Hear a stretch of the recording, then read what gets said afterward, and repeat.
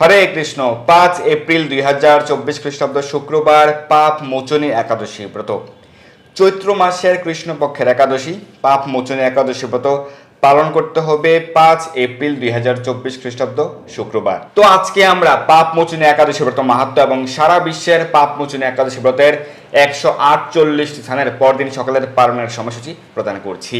এই বছরের ক্ষেত্রে এই পাপ মোচনী একাদশীর ক্ষেত্রে সারা বিশ্বের সকল স্থানে একই দিনে ব্রত পালন করতে হবে। শুধুমাত্র আমেরিকার পশ্চিমাংশে এবং কানাডার পশ্চিমাংশে ব্রত পালন করতে হবে 4 এপ্রিল। যে সকল স্থানে 4 এপ্রিল ব্রত পালন করতে হবে সেগুলি হচ্ছে আমেরিকার ক্যালিফোর্নিয়া, সান ফ্রান্সিসকো এবং ওয়াশিংটন স্টেট, কানাডার Saskatchewan, Alberta, British Columbia state এবং মেক্সিকো। আমেরিকা, কানাডার এই 3টি করে রাজ্যে এবং মেক্সিকোতে ব্রত পালন করতে হবে 4 এপ্রিল। এছাড়া সারা পৃথিবীর বাদ বাকি সকল স্থানে এই ব্রত পালন করতে হবে 5 এপ্রিল শুক্রবার। তো আপনারা সকলে অবশ্যই এই পাপ মোচনী একাদশী ব্রত অবশ্যই পালন করবেন এবং অন্যদেরকে উৎসাহিত করবেন। তো একাদশী ব্রত কিভাবে পালন করতে হয়, একাদশীর সংকল্প মন্ত্র, পারণ মন্ত্র, এই বিষয়ে আমরা আলোচনা করেছিলাম। আমাদের সেই আলোচনাটি আপনারা দেখে নেবেন। তো একাদশীর আগের দিন, একাদশীর দিন এবং একাদশীর পর দিন, এই 3 দিনে আপনারা সকল প্রকার আমিষ দ্রব্য বর্জন করবেন। মাছ, মাংস, ডিম, পেঁয়াজ, রসুন সহ সকল প্রকার আমিষ আহার বর্জন করবেন। চা পান, বিড়ি, কফি, নেশাদ্রব্য বর্জন করবেন। দ্রুতক্রীড়া, জুয়া খেলা বর্জন করবেন। অবৈধ স্ত্রী সঙ্গ বর্জন করবেন। এবং এই পাপ মোচনী একাদশীর ক্ষেত্রে যারা পূর্ববর্তীতে অবৈধ স্ত্রী বা পুরুষ সঙ্গ করেছিলেন, সেই পাপ কর্মের ফল থেকে আপনারা মুক্ত হতে পারবেন যদি আপনারা সঠিকভাবে এই পাপ মোচনী একাদশী ব্রত পালন করে ভগবানের কাছে ক্ষমা প্রার্থনা করেন। তবে ভবিষ্যতে পুনরায় এই ধরনের পাপ কার্যে যুক্ত হওয়া যাবে না, এই প্রতিজ্ঞা করতে হবে। তাহলে ভগবান আপনাকে সেই পূর্বকৃত পাপ কর্ম থেকে আপনাকে মুক্ত করবেন। তাই সকলে এই পাপ মোচনী একাদশী ব্রত পালন করবেন, তাহলে আপনি পূর্ববর্তী সকল পাপ থেকে মুক্ত হতে পারবেন ভগবানের আশীর্বাদে। একাদশী পালনের ক্ষেত্রে একাদশীর আগের দিন রাত্র 11টা সাড়ে 11টার মধ্যে অন্ন বা রুটি প্রসাদ গ্রহণ করে দন্ত মার্জন করে নেবেন। এরপর থেকে বেসিক্যালি ব্রত শুরু। যদিও ব্রাহ্ম মুহূর্ত থেকে ব্রতের শুরু, কিন্তু অধিক রাত্রে আহার বর্জন করা হয়েছে, সেটি তামসিক আহার।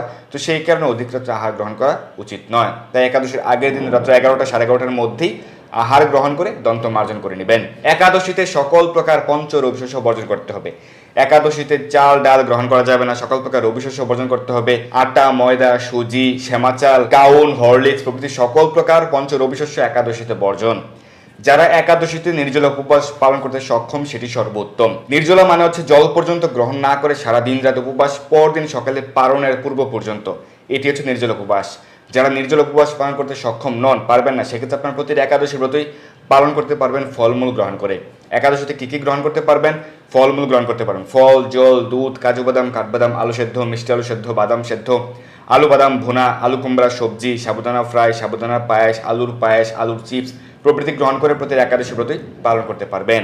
তবে সবজি, পায়েস বা চিপস রান্নার ক্ষেত্রে অবশ্যই বিশুদ্ধ ঘি বা সূর্যমুখী তেল বা বিশুদ্ধ বাদাম তেল ব্যবহার করতে হবে। একাদশীতে সরিষার তেল বা সয়াবিন তেল নিষেধ রয়েছে, কারণ সরিষা এবং সয়াবিন পঞ্চ রবিশস্যের অন্তর্ভুক্ত। এবং একাদশীতে বেশি বেশি হরিনাম জপ করবেন, ব্রাহ্ম মুহূর্তে শয্যাত্যাগ করে প্রাতঃ স্নান করবেন, মঙ্গল আরতি করবেন, অধিক হরিনাম জপ করবেন, ভগবানের সেবা পূজা আদি করবেন, ভগবানের চরণে তুলসীপত্র পুষ্প অর্পণ করবেন, তুলসীতে জল দান করবেন। একাদশী সহ রবিবার সহ বছর 365 দিন প্রতিদিনই তুলসীতে জল দান করা যাবে। কিন্তু তুলসীপত্র চয়ন করার ক্ষেত্রে কিছু বিধিমালা রয়েছে, যেমন দ্বাদশী, অমাবস্যা, পূর্ণিমা, সংক্রান্তি, গ্রহণকালে, রবিবারে এবং রাত্রিকালে তুলসীপত্র চয়ন করা যায় না। কিন্তু তুলসী পূজা, তুলসী আরতি, তুলসীতে জল দান, তুলসী পরিক্রমা প্রতিদিন করতে হবে। বছরের প্রতিদিনই তুলসীতে জল দান করতে হবে।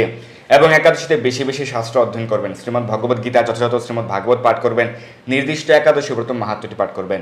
যেমন এই একাদশীতে আপনি পাপ মোচনী একাদশী ব্রত মাহাত্ম্যটি পাঠ করবেন। নিকটস্থ ইস্কন মন্দির থেকে আপনি একাদশী মাহাত্ম্য গ্রন্থটি সংগ্রহ করবেন, তাহলে আপনি সব কয়টি একাদশীর মাহাত্ম্য পেয়ে যাবেন। তো এভাবে আপনি প্রতিটি একাদশী ব্রত পালন করবেন এবং একাদশীর পর দিন সকালে পারণের নির্দিষ্ট সময়ের মধ্যে অন্ন বা রুটি বা ছাতু বা মুড়ি প্রসাদ গ্রহণ করে আপনি ব্রতের পালন করবেন। একাদশী ব্রতের সঠিক পারণ মন্ত্র উচ্চারণ করে অজ্ঞানতিমিরান্ধস্য ব্রতনানেন কেশব প্রসিদ্ধ সম্মুখনাথ জ্ঞান দৃষ্টি প্রদু ভব, এই পারণ মন্ত্র উচ্চারণ করে। এই পারণ মন্ত্র হচ্ছে একাদশীর সঠিক পারণ মন্ত্র, যেটি হরিভক্তি বিলাস উল্লেখ রয়েছে এবং আরও অনেক শাস্ত্র উল্লেখ রয়েছে। এই পারণ মন্ত্র উচ্চারণ করে আপনি মহাপ্রসাদ মন্ত্র উচ্চারণ করে একাদশী ব্রতের পালন করবেন। একাদশী ব্রতের পর দিন আপনি আমিষ আহার বর্জন করবেন। প্রয়োজনে আপনি নিরামিষ অন্ন বা ভগবত প্রসাদ আপনি গ্রহণ করতে পারেন, 2 বেলা 3 বেলা সমস্যা নেই, কিন্তু আমিষ আহার বর্জন করবেন। চা পান, বিড়ি, কফি, নেশাদ্রব্য বর্জন করবেন। অনেকের নানা প্রকার শারীরিক জটিলতা রয়েছে বা ঠান্ডা সর্দির সমস্যা রয়েছে, সেই ক্ষেত্রে অনেকে প্রশ্ন করেন যে তারা কি লিকার চা গ্রহণ করতে পারবেন কিনা। না, সকল প্রকার চাই বর্জন, সেক্ষেত্রে আপনারা যদি শারীরিক সমস্যা থাকে তাহলে আপনি আদার গরম জল গ্রহণ করতে পারেন, এটি সব থেকে ভালো ওষুধ। তো অনেকে প্রশ্ন করেন চা কেন বর্জন?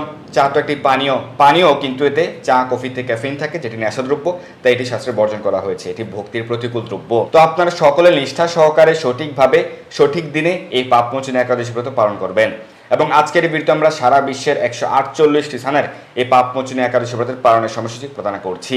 তো পাপমোচনী একাদশী ব্রত মাহাত্ম্য হচ্ছে, যুধিষ্ঠির শ্রীকৃষ্ণকে বললেন, হে জনার্দন, চৈত্র মাসের কৃষ্ণপক্ষের একাদশীর নাম ও মাহাত্ম্য কৃপা করে আমাকে বলুন। শ্রীকৃষ্ণ বললেন, হে ধর্মরাজ যুধিষ্ঠির, আপনি ধর্ম বিষয়ক প্রশ্ন করেছেন। এই একাদশী সকল সুখের আধার, সিদ্ধি প্রদানকারী ও পরম মঙ্গলময়, সমস্ত পাপ থেকে নিস্তার বা মোচন করে বলে এই পবিত্র একাদশী তিথি পাপ মোচনী নামে প্রসিদ্ধ। রাজা মান্ধাতা একবার লোমশ মুনিকে এই একাদশীর কথা জিজ্ঞাসা করেছিলেন। তাঁর বর্ণিত সেই বিচিত্র উপাখ্যানটি আপনার কাছে বলছি, আপনি মনোযোগ দিয়ে তা শ্রবণ করুন। প্রাচীনকালে অতি মনোরম চৈত্ররথ পুষ্প উদ্যানে মুনিগণ বহু বছর তপস্যা করতেন। এক সময় মেধাবী নামে এক ঋষিকুমার সেখানে তপস্যা করছিলেন। মঞ্জু ঘোষা নামে এক সুন্দরী অপ্সরা তাকে বশীভূত করতে চাইল, কিন্তু ঋষির অভিশাপের ভয়ে সে আশ্রমের 2 মাইল দূরে অবস্থান করতে লাগলো।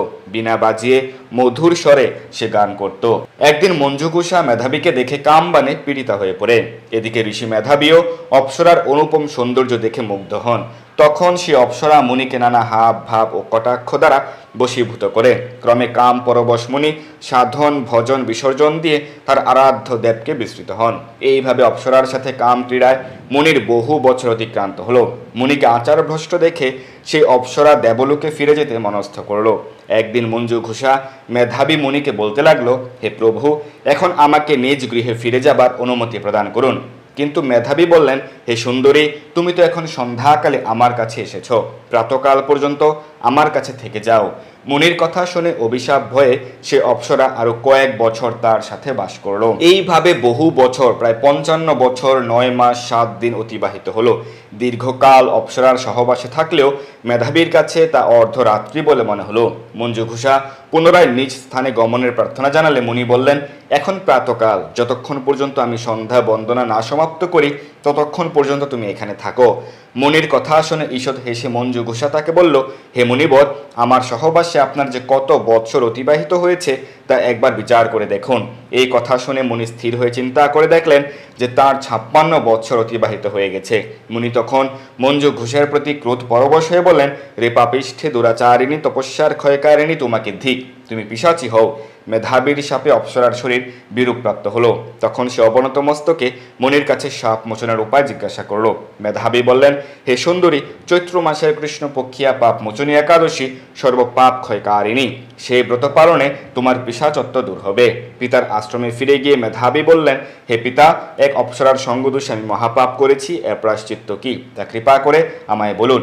উত্তরে চ্যবনমুনি বললেন, চৈত্র মাসের কৃষ্ণপক্ষিয়া পাপ মোচনী একাদশী ব্রতের প্রভাবে তোমার পাপ দূর হবে।